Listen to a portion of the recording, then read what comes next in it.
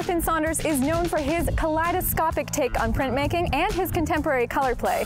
Joseph Gordon-Cleveland sits down with the inimitable designer to get insight on where his work began and where it's headed. So your education is first and foremost in printmaking. Tell us how that discipline has influenced your work season to season. With each collection, the starting point, I look at fine art, and I'm inspired a lot by that. I think when I studied, I was working purely with textiles and then went into fashion afterwards.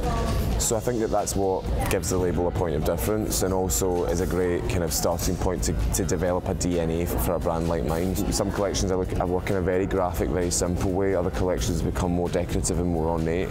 With the most recent collection, the Autumn/Winter 11 collection, you showed a kind of subtle broadening of focus with really sleek, clean tailoring, but also solids, which for a printmaker is a departure.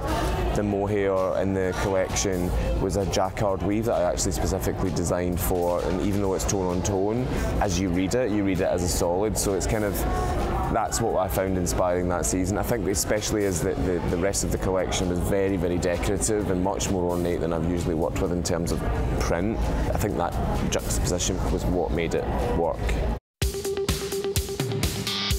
Which three pieces do you think most embody the spirit of the entire collection? It was very separates driven, and it was very much about that kind of tailored 40s kind of strictness almost. The green blouse with the burgundy pencil skirt, although it was a very simple look, I think kind of embodied how that can translate into today and how that can translate into a women's wardrobe in a modern way.